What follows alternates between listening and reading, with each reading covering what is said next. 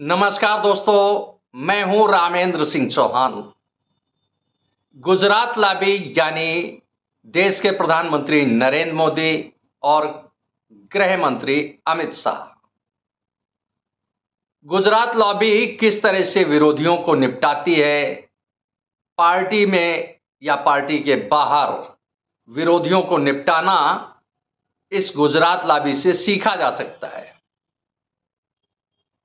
प्रधानमंत्री नरेंद्र मोदी ने अपने राजनीतिक गुरु लाल कृष्ण आडवाणी और डॉक्टर मुरली मनोहर जोशी को किस तरह से संरक्षक मंडल में डालकर राजनीति से उनको विदा कर दिया, उनको रुखसत कर दिया, राजनीति से यानी उनका यूं कहें कि पॉलिटिकल कैरियर खत्म कर दिया।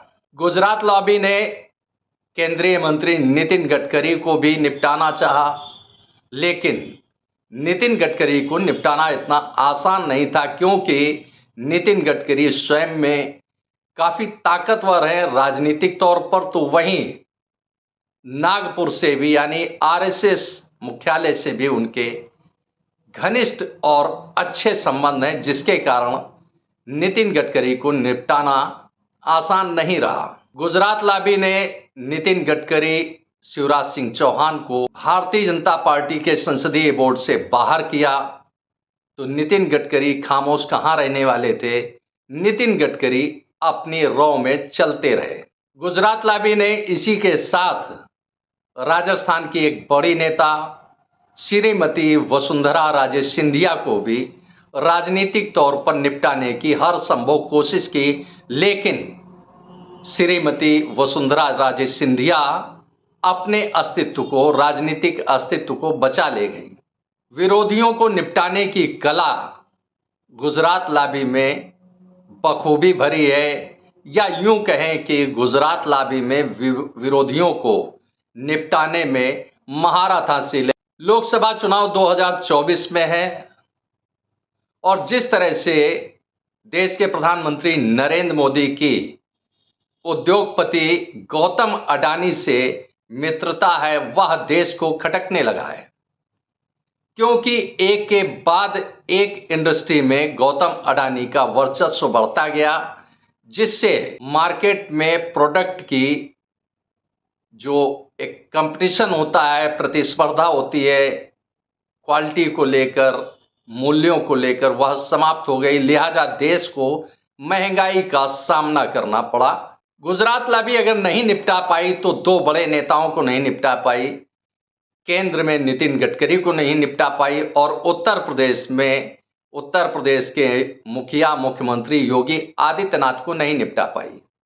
अब अगर गौतम अडानी की और नरेंद्र मोदी की मित्रता वोटर्स को कहीं अधिक खटक गई तो लोकसभा चुनाव में यानी 2024 के लोकसभा चुनाव में भारतीय जनता पार्टी की स्थिति बदल सकती है। और जिस तरह से नितिन गडकरी को हाशिए पर लाने की कोशिश की गई और राजनीतिक तौर पर नितिन गडकरी को निपटाने की कोशिश की गई, वह देश की जनता के सामने है, वोटर्स के सामने है। वोटर्स का रुख किस करवट बदलेगा यह तो बाद की बात है, लेकिन इतना जरूर है कि नितिन गडकरी को निपटाना इतना आसान नहीं रहा। अब अगर नरेंद्र मोदी के खिलाफ पॉलिटिकल एनवायरनमेंट बनता है या राजनीतिक परिवेश बनता है, राजनीतिक हवा नरेंद्र मोदी के खिलाफ होती है, तो वह एक अलग बात है, लेकिन भारतीय जनता पार्टी के खिलाफ बहुत नहीं जा सकती है। और ऐसे में स्थितियां बदल सकती हैं, क्योंकि नरेंद्र मोदी के साथ अगर गौतम अडानी की दोस्ती का दाग लगा है, तो वहीं नितिन गडकरी नागपुर से यानी आरएसएस से ताल्लुक रखने के कारण अपने राजनीतिक अस्तित्व को और बढ़ा सकते हैं, अपने राजनीतिक आभा मंडल को और बढ़ा सकते हैं। ऐसे में कोई मुश्किल बात नहीं है, कोई बड़ी बात नहीं है कि नरेंद्र मोदी की जगह देश के अगले प्रधानमंत्री नितिन गडकरी हों, क्योंकि जिस तरह से वह देश भर में सड़कों का संजाल बिछा रहे हैं, बिजनेसमैन के बीच में जिस तरह से अपनी तगड़ी पैठ बनाई है, तो कोई बड़ी बात नहीं है कि देश के नए प्रधानमंत्री यानी अगले प्रधानमंत्री 2024 के अगले प्रधानमंत्री नितिन गडकरी हों। विरोधियों को निपटाते निपटाते गुजरात लॉबी ने अपने खिलाफ एक बड़ी लॉबी खड़ी कर ली है पॉलिटिक्स में, और यह बड़ी लॉबी राजनीति में भारतीय जनता पार्टी के बाहर भी है और भारतीय जनता पार्टी के अंदर भी है, जिसका खामियाजा देश के प्रधानमंत्री नरेंद्र मोदी को 2024 के लोकसभा चुनाव में भुगतना पड़ सकता है। आपने इस वीडियो को देखा, आपको यह वीडियो कैसा लगा कमेंट बॉक्स में हमें अवश्य बताएं। वीडियो को शेयर करें। यदि आप हमारे चैनल पर नए हैं तो हमारे चैनल को सब्सक्राइब करें, जिससे हमारे आने वाले वीडियो, आने वाले नोटिफिकेशन आपको मिल सके।